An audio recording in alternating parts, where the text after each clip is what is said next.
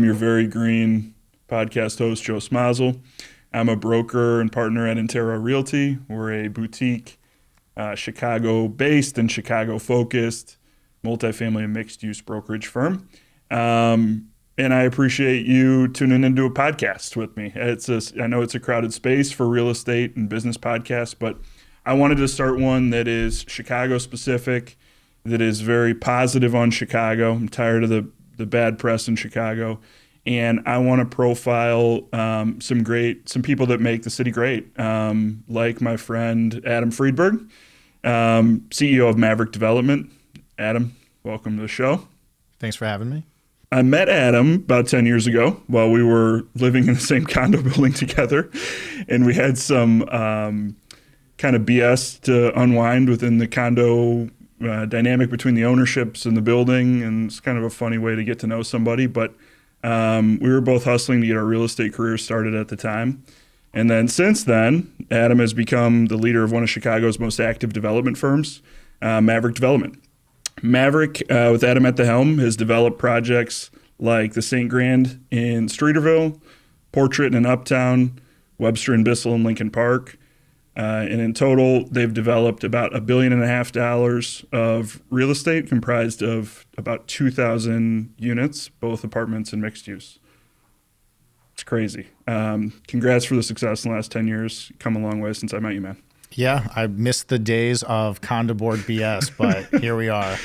Between those and condo deconversions, I had my fill of condo experience for my life. I've sworn to no real estate in an association since then. So. Good for you. We'll see how long you stick to that. Unless it's a good deal or whatever. Right. So we're going to start with some rapid fire questions. No explanations, only answers, all right? What'd you listen to on the way here? I was on a phone call.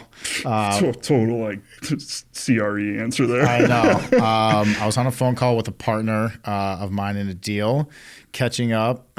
This deal in particular is 100% leased, so we were actually talking about the success and hopefully teaming up again on another project. Scheduling a closing dinner. There you go. You know what? We'll schedule a closing dinner when it's closed. I'm superstitious. Good stuff, man. Favorite Chicago coffee shop? I don't drink coffee. Sorry to disappoint, but I love the vibes of Sawada. Cool. So if I did drink coffee, I'd go there. I'm naturally caffeinated, I think. I wake up this way every day. Okay. Pizza place.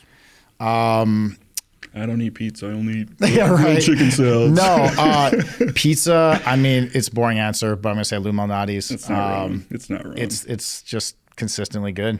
Early bird or night owl? Early bird. You get kids. Yeah, used to be cool to stay out late. Now it's cool to wake up early. So I'm up all early as can be. Cool. Best under the radar Chicago restaurant? Been super into Tama. T-A-M-A. I'm going to write it down here. So big equity investor of mine is a Greek guy, told me about this restaurant. It's in Bucktown. It's insane.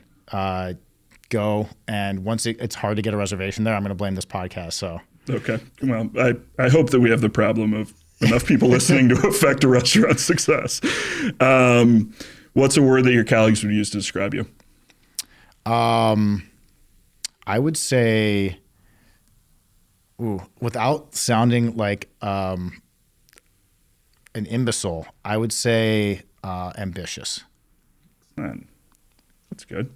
It's a good thing for a leader of a firm. Favorite intersection of the city? I love North, Damon, and Milwaukee. Okay. There's so much happening right there. It just so happens we're developing a building right there. But I've been spending a lot of time there. Okay. And it's like every walk of life. There's the L, there's good restaurants. It feels so Chicago to me. Very authentic, right? Yeah. Yeah, I agree. Two more. Plug an up-and-coming Chicago real estate person that's hustling and you think deserves some recognition. I would say Shane Rockman. Okay. He's been crushing it. Started Peak Realty, now Cross Street. Yeah. And he's done a really good job. They lease a lot of our buildings, and it's just evident they're getting better every day, and we push them extremely hard. But they've stepped up to the plate. Yeah, I mean, he's also a good dude. He's a guy that we're both friendly with. He's also a good guy, and I appreciate their rebrand. I think turned out cool. The great. Cross Street rebranding, I think, is fresh, and it's like very fitting for that firm. So he asked me about the name before they did it, and I was like, "That's a terrible name." No, dude, it turned out. I'm like, actually, I really like the name. I think it turned out cool. Like business, even like the website's cool. Yeah, the signage is cool. We'll get Shane on one of these days. Last one. If you had the equivalent of a baseball walkout song every time you walked into the office, what would you pick? Oh God. I mean, it'd probably be some like intense techno, because I just like my partners and I, 7 a.m. we'll be in the office blasting techno. Just let's go. Like we're not going to sit and wait. That's the tone, huh? We're just going to we're in our primes. Like, let's go. Let's do it, dude. I like it. All right, cool. Now you get a chance to explain yourself. So let's start at the start. Tell me a little bit about growing up. Maybe pause when you get to how you landed in real estate. Sure. Yeah. So I grew up in Cleveland, Ohio, for better or for worse. Right now for worse. But we were just outside the city. My dad died when I was 6 years old. So spent a lot of time with my grandfather, who was a real estate developer. And he primarily owned shopping centers. Okay. So when I was a little kid, spent a lot of time with him. We'd walk shopping centers together. He taught me the golden rule of real estate, which was buy low, sell high. And I've been trying to do that. It's a little bit more complicated now than it maybe was 30, 40 years ago. But that was really an inspiration. And I remember when I was 15, I asked him if I could work for him. And he said no. And I was heartbroken. And his reasoning was, I don't want you to be me. I want you to be better than me. And it really lit a fire. And I don't think I'm better than him. I think I've got a lot to prove, but I'm off to a good start. And I've just had like an itch and a burn for real estate since that happened. Man, I didn't know that. Yeah. Is he still with us? No, he was in the office until he died at 96. Oh my! Did he see you at the start of Maverick or? Yes. So he saw me buy my first project. We took a picture out in front, which was awesome. I've got it hung up in my office. And I tried to explain to him what I was doing at Maverick, and he was like, just buy a shopping center. And I was like, okay, well, there's this thing called Amazon, and it's changed things a bit. So he may not understand the detail of what I'm doing now, but I think that he was like one of the hardest working guys I'd ever met. And the most important thing was he loved it. I mean, he was there till he was 96, loved what he did. That's incredible, man. It also helps you stay sharp as somebody who's, he keeps hustling, he keeps working, it keeps the mind going. You don't give your body a chance to deteriorate. I think a lot of people that are like high producing like that, they just keep going because they love it, and it keeps them sharp. Do you think that your family or friends saw entrepreneurial traits in you when you were young, or is that something that you feel like you developed later in life? I would say yes. I would think it was probably more quantified as hustler than entrepreneur. Yeah. Those things can't go hand in hand. There's like a famous Adam story. When I was 6 or 7 years old, I set up a lemonade stand like every 6 or 7 year old. But mine was free, and I just had a big tip jar out there. And so I made so much money giving out free lemonade because I would just incentivize people to tip whatever their heart desired. It was great. And, that's awesome, I think that getting started in real estate, you have to be, if you want to go on your own, obviously, you've got to have some entrepreneurial spirit to you. The first real estate deal I ever did was in River Forest. I bought a building that I knew I had to buy. It was a block from my office. Previous owner, it was on the market forever. Previous owners had sunk a ton of money into a commercial kitchen space, and I knew there was value there, but I didn't know what it was. I didn't even know how to get a tenant. I didn't know anything. So I started a commercial kitchen business that was my own tenant. Straightforward first deal. Yeah, right. Yeah. Well, I officed with a woman who had a jam and jelly preserves company. Cool. And I asked her where she cooked, and she told me it is a law that you actually have to cook in a commercial grade kitchen, and the only places to do that are restaurants after hours. There weren't these huge commercial kitchen commissaries yet. So I started River Force Kitchen in 2015. I grew the business to about 30 tenants. The kitchen was booked 24/7, 365. And I sold that business in 2017. Okay. And leased the building back to the person I sold it to. So I just sold that building last year, which was sad to sell it, but it was the part of the business plan. So, no one ever went broke making money, and my partner and I did well. That's incredible. It's also just, I think it's a little bit telling for you because, you didn't do a lazy, easy deal out of the gate. You did something that you could use some of your know-how towards and create real value as opposed to just dribbling a deal along and being at the mercy of the market as to whether or not it succeeds. I want to go back to your lemonade stand though. Was there anything about that experience of giving something of value and not necessarily asking something in return, but receiving something in return? Is there anything about that you feel like applies to what you do today still in talking about creating value, creating living experiences, and then also creating value for your investors and partners, right? Yeah. So I like doing this thing where everyone's looking at something and I just turn it. And everyone's like, what are you doing? And they now look at the same thing from a different perspective. So I actually had a guy come up to me recently who I hadn't talked to in a while. And he's like, I love when I'm on meetings with you because you say something absurd that everyone just is like, oh, wait, that's actually either a really good idea or a really bad idea. And we don't know which one. And we're going to figure it out. But maybe we use it in some way. So I think that at Maverick, one of the things that we do really, really well is we turn over every single stone. So whether it's giving away free lemonade or if it's finding new revenue streams, diversifying what we do, doing things in-house as opposed to outsourcing them, I think we do a really good job at that. And I think we bring a unique perspective. Yeah. I mean, like you said, these are people's homes. Yeah. And I had a colleague once tell me how emotional that is, that you're actually creating a space where people live. They are going to get divorced there. They're going to get engaged there. They're going to have maybe their first kids there. This is probably the most important space to them, and you have to think of every single detail. Yeah. Because if you don't, then you've just taken something from them. So it becomes such an emotional experience developing homes and developing apartments. How do you balance that with you want to execute something that's creative, that's fun, that adds value to people's lives, as you just described, with it being a successful project? These deals do not have, a lot of times they don't have huge margins. Right. We're developing in a competitive city. There's risk in developing, and there's elements of deals that are outside of your control as well as what's in your control.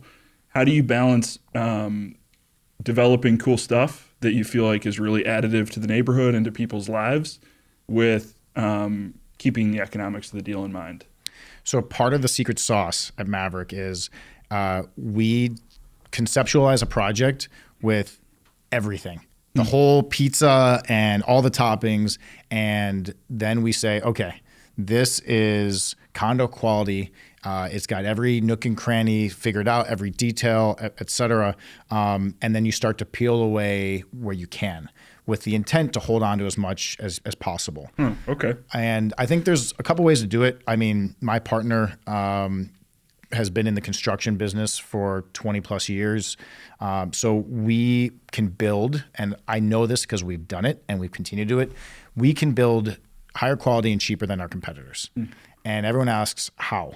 And the reason why is we're in the weeds on every single detail. The St. Grand is a great example. We built that building for under $260 a foot. We had a competitor who delivered a building maybe 2 months ahead of us for over $300 a foot. We're getting the same rents as them. Jeez. We're at the same OpEx as them, but we saved over $40 a foot because we didn't spend money on things that might not generate rent, like the facade. Yeah, everyone likes the look of their building, but people really like closets. People really like hampers, and people like dishwashers that are, you want the things that you're going to interact with every single day. Does your building have the sexiest glass on the outside?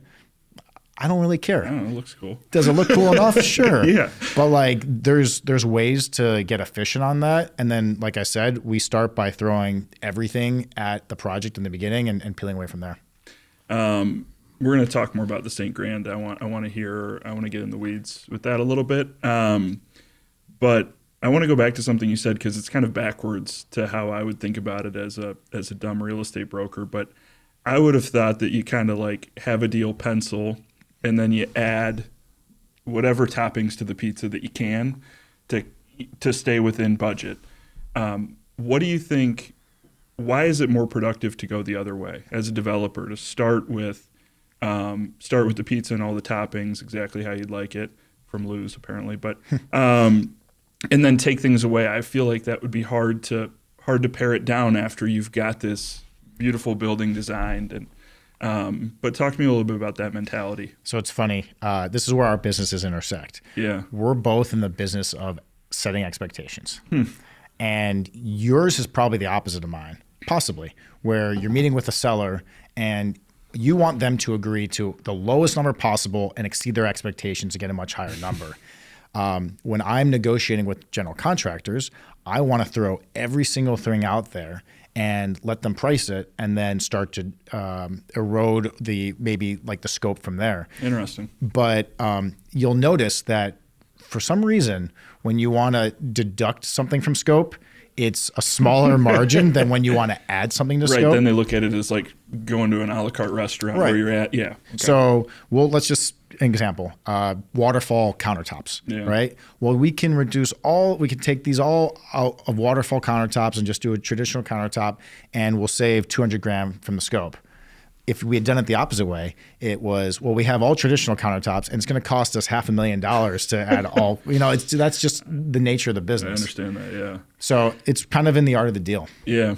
And we've been on, we've had the conversation about expectations before. I've had a chance to represent you guys, and it's been, it's gone really well. And as a broker, it's a balance, because nobody hires us to leave money on the table or to execute an easy deal, but we also have to be realistic with sellers and with prospective sellers, and even in cases where people have, it's just more of like a business development type conversation around pricing. Because if we're not, and we know we can't perform, it's hard to maintain the relationship if we overpromise and underdeliver. So that is a fine line that I think everybody in the real estate business in one capacity or another is used to kind of like tiptoeing on. But I have a question for you that's a little bit about your mentality growing up. It's a little bit about how you're executing these projects, and you're developing high rises downtown. You're redeveloping office buildings into high-end residential. How do you manage risk so that you can sleep at night? And how do you balance risk in discussing investor objectives and making sure that you accomplish what you guys set out to do together? Sure. So risk is that question was exactly what I warned people about in this being my first podcast. So don't worry about it. Go ahead. Yeah. So the way I think about risk is there's risk in every decision you make in life. Should I move to Chicago? Should I get married? Yeah. Should I invest in real estate? And so part of risk is managing it, but also understanding that life inherently involves risk in every decision you make in some way or another. And the way I think about it is I'm not a risk taker. I don't gamble. When I go to Vegas, I'll throw $20 on black, and that's it for the extent of my trip to Vegas. I only invest money in projects that I can control the outcome.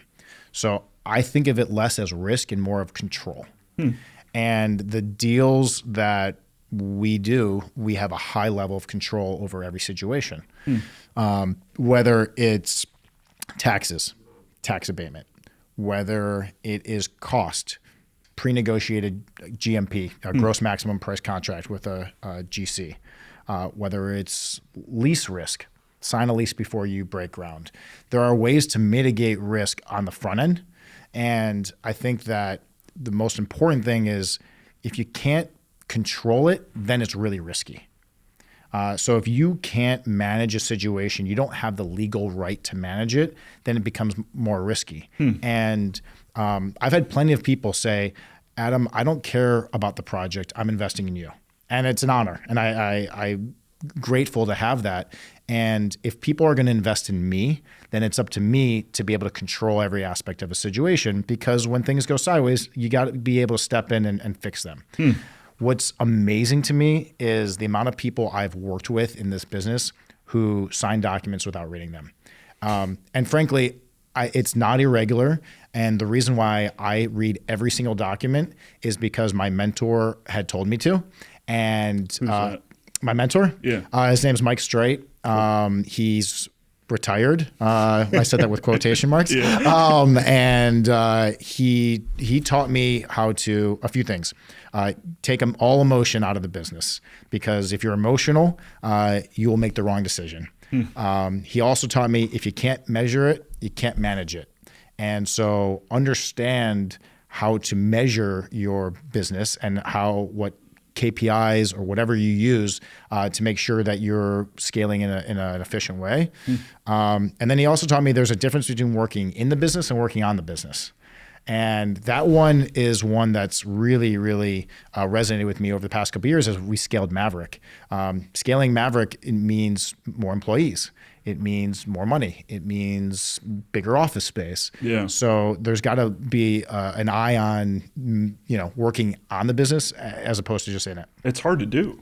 It is because it's a bit. You have an incredibly busy life. You have a very full pipeline of developments, and it's hard to take a step back and say, okay, these projects are great, but what are we really trying to do? Big picture.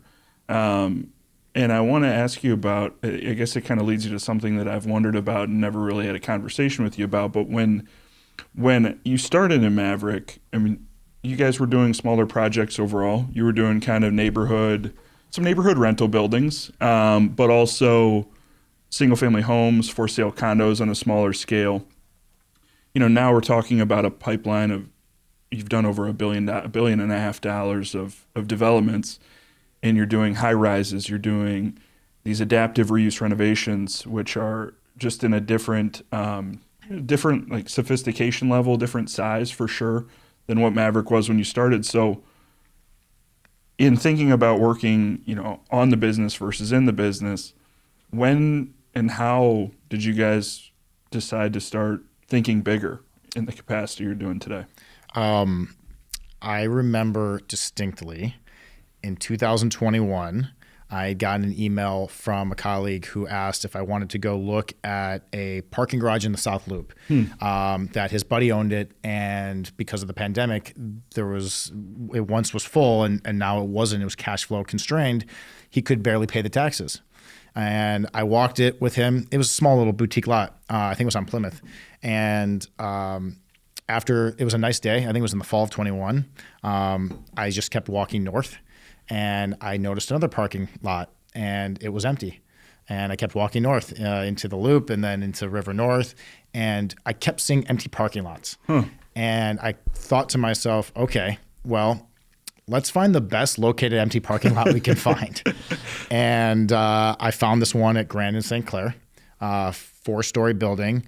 It was probably 20% full, and happened to be the same owner as the small lot in the South Loop. And so, this is literally on your walk back to the office or strolling and clearing your head on a nice day. Yeah. I mean, this is what people did in 2021. I remember, it was crazy. The vaccines weren't quite rolled out enough or whatever it was. And so you walked outside, you listened to podcasts. That's what you did. Yeah. And so I distinctly remember asking my colleague about this, saying, would he sell it? Because I thought that really the strategy was, let's see if we can get it under contract and flip it to somebody else. We have no business developing this. Did you at that point? You knew what the underlying zoning was, or you were just looking at it as cheap dirt and you guys would figure it out? I'd probably spent a few days playing around with what can you build as of right here. Okay. But I didn't know the politics of it. I didn't know that there's really no such thing as of right downtown, because you really got to still get the community's input no matter what you're doing. But yeah, it was let's see if we can get this under contract and flip it to a big time developer that loved this site. And after just playing with it and talking to my wife about it for probably 3 weeks, I said, maybe I should underwrite this. Maybe I should take this a little bit further. And then something actually really magical happened. So Sterling Bay, who I always idolized. I remember we talked about that one time. Yeah. Loved Sterling Bay. Thought they were super cool. Asked them for a job at one point in time. Obviously didn't get it. But they gave out a holiday gift this year, and it was luggage. And on the bag tag, it said, "We're taking the show on the road." And I was playing with this project in Streeterville. The biggest, baddest developer in Chicago sends a message to all their investors and capital partners that they're going to take the show on the road. And this light bulb went off, which was, wait a minute. Everyone's either sitting on their hands because of COVID, scared to do a deal, or they're focused elsewhere. Yeah. When else in my career is the third largest city in the country going to have an opportunity for a small group like Maverick to actually go out and develop something? And it was fortuitous. I put the property under contract, and my partners and I said, let's just go. Like, this is the time. Everyone's sitting on their hands. Let's stand up. Let's do a deal. And we put everything we could into getting that deal done, and we knocked it out of the park because we bet on ourselves. Dude, it's incredible, and I'm gonna double click on a couple things you said, but I distinctly remember we were at a real estate awards dinner, and you were accepting with your team Development Firm of the Year award. This must have been in 2022 then. 23. Okay, so you said, I shouldn't say you said, you exclaimed, Maverick is open for business, and that it was. Your acceptance speech was about as quick as that. It was very much a be bold when others are fearful type approach. And it's incredible to hear the way, it unfolded and you developed one of the first high-rise luxury buildings that had been built in Streeterville for a number of years. You can tell me how long, I'm sure you know. But it was not, that's not an easy deal to do. There's a mixed use component, there's a commercial component in addition to the residential. Not that the residential is straightforward, but you're executing a mixed use project that's got some office space, some retail, in addition to the resi. After you decided that you were going to do it, where did you go from there? I don't want to glance over, you had this inception, you had this idea, you had the conviction to do it, you were bold about executing it, and now it's easy for us to say a couple years later, it's easy for me to say a couple years later, it's developed, it's stabilized. What were some of the things that went into the process that maybe you didn't expect, or that our typical listener, whoever ends up being, wouldn't expect? Yeah, so I'll break that up into a couple answers. Doing my first deal, which was a 3,500 square foot building in River Forest, in some ways was just as hard or scary as doing a high rise. Was it really? And the reason why is I never done a real estate project before. And I had to go out, and it was relatively small dollars, but I had to go out and convince people that I would figure it out. And then after that, the first 30 unit project I did was just as hard. I'd never done one, and I had to convince people that I would figure it out. And by the time we had done the St. Grand, or had started to think about it, I had done a couple of small and kind of organically grew into these bigger buildings. I was getting better at telling people, I'm going to figure it out. I'm going to figure it out. Bet on me, I'll figure it out. And so by the time we had gotten to the St. Grand, a lot of things were happening. We were in the middle of COVID. Construction pricing, I don't know if you remember, lumber prices went up 1 week, then they went down. Everyone shifted to steel. There were so many things happening. So jumpy, like just so tough to pinpoint any. It was so hard. So my thought was, okay, here's my chance. I know I can buy the dirt. I know it has favorable zoning. I know that I can build around a story around the construction because we're a GC. Yeah. So what can I do to assemble a team to convince the world that we're ready to step up and do this project? Do you think it was almost, I don't know if you could say it as an advantage or anything was easier, but, because there weren't a lot of projects like that going at the time, and there weren't a couple obvious players to round out the capital stack for the debt and equity, do you think that it was a better time for you to learn and to work through that experience because everybody that was developing at that point was trying to figure it out. Everything was different. Everything was so dynamic at that time. And interest rates were changing. Like you referenced, the cost of construction was changing. The lenders were not only changing their terms, but they were coming in and out of the market. Capital partners were harder to find. Do you look back at that as something that you think favorably about, the figuring it out part? Or do you wish that you were developing that property in a period of time when everything was a little bit more like slotted, or there were some more known factors in the equation? All things considered, our timing was impeccable. Yeah. We had the interest rates had gone up by, I don't know, they were so volatile when we were trying to close on this loan. And this was a $100 million loan that we couldn't even underwrite what our interest reserve was because every day it would change so drastically. And one of the best things that had happened to us was we met a lender who flew to Chicago and said, no matter what happens, I'm going to honor my term sheet, and shook our hands. And we had better deals on the table, and we took his. And it's rare in this business for someone to fly to you and to believe in the project like we did. But the commitment to the project was something that we just couldn't say no to. And so from a timing perspective, I wouldn't change a thing. We closed on it in a relatively low interest rate. Mm-hmm. We bought an interest rate cap before we had done this project. We'd never even heard of an interest rate cap. We bought it because at that time rates started to get volatile, and thank God we did. We delivered it into a supply-constrained market. Yeah. We achieved over 30 cents a square foot higher than our pro forma.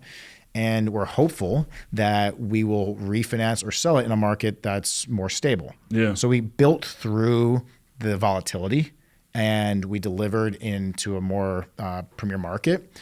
But I mean, we really assembled an all-star team. Do you want to share the email or a clip of the email that I asked you about that you have printed in your office? Oh yeah, sure.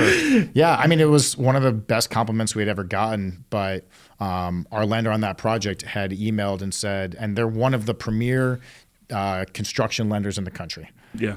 And it's framed in my office, in my partner Anthony's office, and my partner Peter's office. And it said, out of all their development clients, no one has built faster, cheaper relative to budget, and higher quality than Maverick. And he sent it to not only me, but also to some prospective partners. And it was so validating. Yeah. But it's interesting, it was more motivating than anything. It wasn't like, oh, we did it, we're done. Yeah. It was like, wait a minute, let's keep it going. This is just the start. And, we're running with it. We're actively going with it. Man, that's awesome. Don't you wish, like, on the days that something like that happens at work, like, your kid gets the memo and like treats you really special that night or something? Like, I've always found you have like a good day at work sometimes, and you get home and the kids still give you a hard time about something. It's kind of like humanizing. Maybe it keeps you in check. But well, my kid's only 2, and so as long as I like play peekaboo with him, he's like still in love with me. I walk in the door, I'm getting like shot in the neck with Nerf darts and stuff. But yeah, it's so funny. Like, you go from wanting to make your parents proud of you to wanting to have your kids be proud of you. Yeah. So my partners and I, we all have kids. We've been conceiving ways to like name buildings after our kids, or do something that they can show their friends and be like, yeah, my dad did that one day. It's the old movie you see around, like at the top of the building, you see the kids' names. Right. How do you think about, this wasn't something that I had planned to ask you, but how do you think about instilling strong work ethic in your kids when, I know you have one son now, so I shouldn't keep saying kids, but you know, you're successful, and how do you think about making sure that that Andy's hungry when he's older? I think that the thing that my parents did for me, which is the same thing they did for my siblings, was find the thing that I love the most and push me in it as much as possible. And that was real estate? It was always real estate. Yeah. It was always real estate. And they encouraged me to get my real estate license. I was the youngest person in my real estate license class. I was 17. I turned 18 right before the test, when was the legal age you could get your real estate license in Ohio. I got my license a week after my 18th birthday. Had no idea what I was going to do with it, but it started this roller coaster of a ride. My brother's a musician. He went to Berklee College of Music, and he's got different ambitions. So I think the one thing I would do for my kid is help him figure out what he's most passionate about and push him to be the best version of he can in that field. And that's awesome, man. Do you take time? I know you said that it was motivating when you get these moments of accomplishment, but there's so many things on your plate too. Do you feel like you do a good job along the way of kind of appreciating the success? Like, I'm asking the question in a roundabout way, but when you started to talk, I was thinking about, I sit there and play Legos with my kids, and you see them build, or you see them get nerdy about construction type stuff, and oh man, what type of truck was that going by? And then, this is your childhood dream, and you developed a high rise in downtown Chicago. Did you take a moment to like appreciate that? Or is it just that you're so ambitious that you're just focused on the next one so much? Yeah, I'm a huge believer in recognizing your achievements. Yeah. The reality is it's a team sport. And so when we had gotten our CO at the St. Grand, I went up to the rooftop with my company. We all jumped in the pool with all of our clothes on. We had cigars. We drank tequila. I mean, we did it. We did something that we set our mind to, and we accomplished it. Yeah. And that was level one. This is the ambitious part. Now, level two is lease the building and execute on the rest of the business plan. Yeah. But it's great. Every year around the holidays, I write a State of Maverick email. Yeah. And the reason why I really, really like doing it is because I get to stop and appreciate everything we did for that year. And there's not a lot of opportunities you have to do that. I'm a big fan of therapy. I go to therapy every 2 weeks because I think it is a great way to prepare yourself, because your brain is like the most important muscle that you have. And I was talking to my therapist about this, and I said, isn't it interesting how people go to therapy to talk about their problems? How many people come to therapy and just talk about like the great accomplishments they've had? But I think it's really, really important to acknowledge that, because you're doing this for a reason. Money aside, like there's a sense of pride and there's a sense of productivity that is maybe more important than money sometimes. And I couldn't be prouder that we've done everything we have over the past couple of years. Yeah, you should be. It's cool. As a friend and so as somebody that knew you before you were executing projects like this, it's cool to see, and it's, frankly, like a little jealous of the, seeing this tangible product come together. Where there's some tangibility in our business when we're selling an apartment building and such. You drive around the neighborhood and you see a lot of buildings and such that you played a small part in, but it's cool to see something new developed. You took a dilapidated parking garage on a nice day and built you have incredible retail tenants. You've got a world-class gym there now, and you've got a couple hundred residences where people are having all these life experiences. It's a cool thing. Yeah. And good for you for appreciating it, because I feel like some of the people that I deal with are they're just kind of like on this wheel that they're just on to the next project before they can take a second and like smell the roses. So it's cool. I agree. I see it all the time. I think that appreciating your accomplishments is important. Appreciating not only your accomplishments, but your colleagues' accomplishments is important.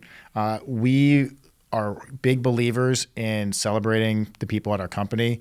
Alicia Frame, who works for us, just won BizNow's Emerging Leader Award this week. We were so excited about that. Andrew Streit, our Director of Finance, won an Emerging Leader RE Journal's Real Estate Award last year. Anthony Rashowski won Crane's 40 Under 40. So we're getting recognition, which is great. It's validating. And it makes you want to work harder, and you get hungrier to accomplish more. Well, you've done a good job in putting, the team has come together in a way that, like, everybody that you deal with in your organization, like when we walk through one of your projects, the site superintendents and the subs and everything, like it's no accident that you're working with good people. But beyond that, you're also working with good partners, good lenders.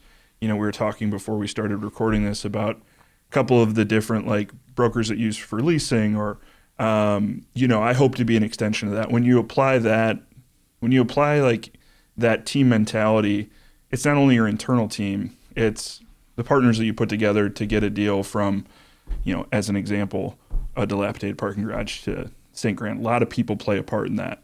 And I've noticed that you do a really good job kind of cultivating that culture, and you actually care about the relationships, you care about sharing success with them, as opposed to just like wanting to get this project done and it's just all focused on the dollars and cents of it. Yeah, it's amazing. We did the math. Over 2,000 people worked on the St. Grant. Damn. And it might be actually more than that, because there might have been some peripheral people working on it, but that's incredible to think about how, you sit in a building like we're in today and look at every detail on the wall. Somebody was involved with every single aspect in planning it and thinking through it. It wasn't just a nail goes into a wall and a building gets built. There's so much thought that goes into it. Yeah. And one of the coolest parts of the business is working with so many different people. It's what keeps it interesting. And frankly, what makes it so fun is that you learn something new every single day. Yeah, that's awesome. I'm going to pivot because I think that I want to talk about a lot of people call it the Morton Steakhouse office conversion, but you just got, I believe, planning development approval to redevelop what a lot of us here know as the Morton Steakhouse office building, but 65 East Wacker, from tired office to high-end residential. I want to talk about it. It's obviously so in vogue right now, this idea of, we have an oversupply in office. We're undersupplied on the resi side. It would seem like a natural solution to the problem to convert more of the office to residential. But my observation is there really have not been many projects that make sense or that end up getting executed. So talk a little bit about why this project is different, how it makes sense, and maybe what could change, or even what the city could change about the process of converting office to resi for more of these buildings to end up getting done. Yeah. So I've walked probably 30 or 40 office buildings in Chicago with the intent of converting them. And there's a very specific reason we chose 65 Wacker to do it. But it's clear to everybody in the business that this is the opportunity, right? There's little use for tired office space, and there's demand for apartments. So if you can figure it out, then there's some opportunity there. So we had walked Wacker, and to me, it was funny. I walked it thinking, man, they built this building as an apartment building, but accidentally just put offices in there because of the floor plates, or So this is what I knew nothing about office conversions. Yeah. And then I walked 20 or so of them, and I said, oh, okay, this is what you need to do in order to get one that is a good candidate. The first one is it had operable windows. Super rare for office buildings. I'm sure if we look in the office building here, actually there are operable windows here. They open. But if you think about a lot of office buildings that are all glass, reskinning it or putting in operable windows is super expensive. Not having to do that is a huge, huge value. Dude, that's not even something that I would. Right? wasn't even on the potential list of reasons I thought of. Yeah, and I didn't either until you walk a couple of these and you figure that out. Yeah. The second is the facade. That's an all brick masonry facade. You look at the building like the Jewelers building, 35 Wacker. I walked that awesome building. terracotta facade. It would cost possibly millions of dollars to restore that, whereas you have a simple brick building that's like every 2 or 3 flat that you have, same type of material. The third thing was the floor plate. So this is what probably is the most common thing that comes up in these apartment building or office buildings is there are these squares and they're super hard to program. This building was like the perfect rectangular 12,500 square foot floor plate. Single loaded corridor, not the bowling alley effect. It was. What's single loaded corridor mean? It means that you come off the elevator and your units are on one side of a hallway as opposed to 2 sides of the hallway, which would be double loaded. Yeah. So it was easy to conceptualize apartments because the units laid out really well. And then the third thing, which is probably the most important, fourth thing now, which is probably the most important thing, is the structure. And by that, I'm talking about the floor structure. The between each floor, it's just concrete. And in a lot of office buildings, you have what's called PT, post-tension concrete, or you have clay tile. And this is probably in the weeds a little bit, but again, the jeweler's building had clay tile between the structure. So what do apartment buildings need that office buildings don't? Plumbing, right? And so if you're going to put kitchens and bathrooms everywhere and you've got clay tile in the structure, you better be damn sure you don't break one of those things. Because if you do, it's going to break about 30 other ones and it's going to be really difficult to do. In our building, it's just poured in place concrete. So you're just coring, plumbing stacks, and it's far more efficient and simpler to do. Oh. So we closed on that last spring. The most complicated part of the process was negotiating all the terminations with the existing tenants that remained. How many were in there? It was about 30% leased when we purchased it. And it's funny, a lot of these leases we had nothing to do with. We inherited them. Yeah. But you may have someone who has 1,000 square feet, hasn't come to the building in 3 years, and has plenty of rights and no termination. So they can kind of they've got more leverage than you do. Yeah. And lucky for us, we had a really good collaborative effort with the tenants. They understood the vision. They were realistic, and we were able to negotiate terminations with everybody. So we're kicking that one off in Q2 this year. And delivering. So it's a lot shorter of a construction window because the building's built. Yeah. You're really doing a lot of the interior work. So it's about a 12 to 14 month build. Oh, shoot. So we'll deliver it in summer of 26, where I think the CBRE's last report showed, was it like 500 units delivering in 26 right now? So hopefully we'll have a good market to deliver into. Yeah, absolutely. It's a cool project too. And it's good. I mean, I think it'll be good for the city to see an example of one that works. In addition to it adding housing stock to the loop, I just think that one will be really well received from the rental market. And I hope, and I think a lot of people hope, that those type of conversions, even if they don't make sense in the majority of cases, you hope that more can happen, because I think bringing some residents down to the loop will add some vibrancy to the neighborhood and will be a little bit of the, kind of shot in the arm that the loop needs right now. Yeah. I mean, I subscribe to the Warren Buffett investment approach, right? He invests in Coca-Cola. He was pretty good. Yeah. Still. He invests in things that he likes. Yeah. I do that from the would you live here? Yeah. And there are a lot of places in the loop that I don't know if I would live in, right? Like, do they have good views? Do they have close access to amenities? I would live in Wacker all day long. Dude, it's right on the river. It's on the river. Close to River North, it's close great. to the lake. Yeah. Hopefully it'll be, a good opportunity for Google when they open up that new Midwest headquarters. And the same is true for every apartment project we do is, would you live in this unit? Yeah. Back to the question you asked about finishes. I'm not interested in developing stuff that I myself couldn't live in, because how am I expected to then help a renter to live there if I wouldn't do it myself? Yeah.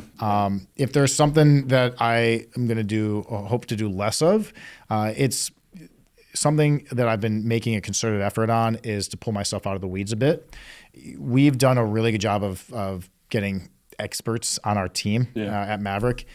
I can go away for a weekend and come back and everything is still in good shape. So something that I'm going to do over the next couple of years is start to pull myself back. I've got a 2-year-old son now, and spending time with him would be something I want to really prioritize. Yeah.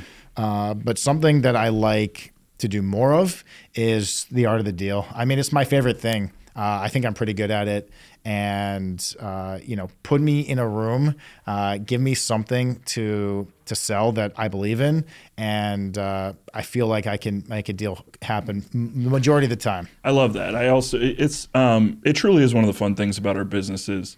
The collaboration, the problem solving, the relationships, the energy, everything that goes into making a deal is definitely one of the funnest things that I think about in the real estate brokerage business too. Is being as being a broker, you're kind of like occasionally marrying two different styles, two different ideas of a project. It's just it's never dull, and I think that there's this creativity that you can apply to it that is generally kind of like the bridge between two parties. And I can definitely see it applied to developing, whether it's a neighborhood type boutique project or a high rise downtown. And I know you're good at it too. I've been involved in it, and it's fun to work with you on them. All right. What's a piece of advice that you'd give someone starting their real estate career to either propel their business or to set them up for long-term success? So I learned this one at a buffet in high school or college. Yep. We were sitting there, and there was a huge line for a buffet. I expected you to start the answer to this. No, it never is. That's the thing about me. It's always something different. But we were sitting there. I think it was like a pizza buffet, and there's this huge line. And my buddy said, "When the line is low, you must go." And I laughed at it forever and ever. And then I was thinking, wow, the line is low. I mean, think about it this way. Yeah. The line is low in Chicago right now. Yeah. People are focused elsewhere. People are having a heartache with how to make deals pencil because of interest rates or because of taxes or you name it. Now's the time. Yeah. Go out and meet with every single person you can.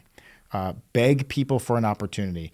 99% of the people you talk to will turn you down or they will not be helpful to you, but 1% will. And the most important thing I did to propel my career was I kept meeting with people every single week. And every time they'd tell me no, I would say, okay, you got someone else you can introduce me to. And at this point, I don't know if I've met with every citizen of Chicago, but I've met with a lot. And I think that growing your network is the most important thing you can do in this business. Yeah, good for you, man. When I started as a broker in 2011, and I think the same idea applies. Is like I didn't really know it at the time, but you could kind of sense it. It felt like the market was a little bit underbrokered. A lot of people had kind of been weeded out or had retired or changed to other things during the great financial crisis. And so, like as a young broker starting out who didn't know any better, it was just hustling. I was able to kind of get some traction, maybe a little bit easier than it was different things about it that were hard. But certainly less competition than in a frothy market when it's very fashionable and trendy to get into brokerage. Right. So I agree. And I see the last few years of Maverick success as an example of that too, is, not only when you started your career meeting a lot of different people, but, you guys have grown the business dramatically in the last few years. And I know that you've only got objectives and goals to do more of that. One of the main reasons I started this podcast was to spread some good Chicago juju. I think that there's a lot of news about Chicago that is probably overplayed about just negative headlines. And I am a firm believer that Chicago is a great place to raise my kids, grow my business, invest, go out to dinner, go to sporting games. I love the city. So, and I know you do too. And I want you to tell me why. So it's a great question.